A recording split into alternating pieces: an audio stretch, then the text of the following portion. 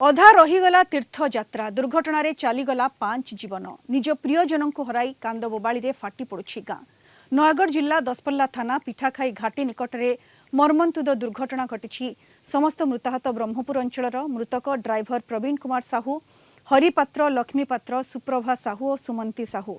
सुमंतींकर दुईटी छोट पुओ झील अछंती। मां को हराई बेसहारा होई पड़िछंती सेमाने। गतकाली मां सिंहेश्वरी नामक बसटी 50 ऊर्ध्व यात्री को नहीं ब्रह्मपुर बलांगीर हरिशंकर अभिमुखे जाउथिला। विलंबित राति पिठाखाई घाटी निकट में रास्ता कड़क ओलटि पड़ा। दुर्घटना रे ड्राइवर समेत 5 जनकर मृत्यु होईछि। पुलिस और अग्निशम बाहिनी पहुंची यात्री को उद्धार करिसेंती। गुरुतर को हस्पिटाल में भर्ती करा जायछि। 7 जनकर अवस्था अधिक गुरुतर हेबारु भुवनेश्वर स्थानांतर करा जायछि।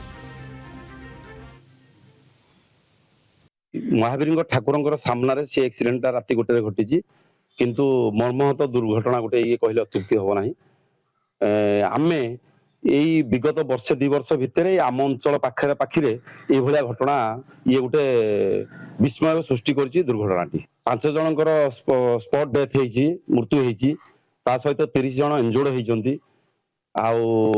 आमर पाख मेडिकल दसपल्ला रे दमकल बाहिनी दसपल्ला पुलिस सहयोग ट्रिटमेंट करने दसपल्ला गोष्ठी स्वास्थ्य केन्द्र को नि जाइए। सेठू भी आम शुणा पाऊँ जे से नयागढ़ हेडक्वार्टर को भी रोगी मान रेफर करा राम नवमी दिन गोटे ओलटी पड़ा गोटे दुखदायक खबर।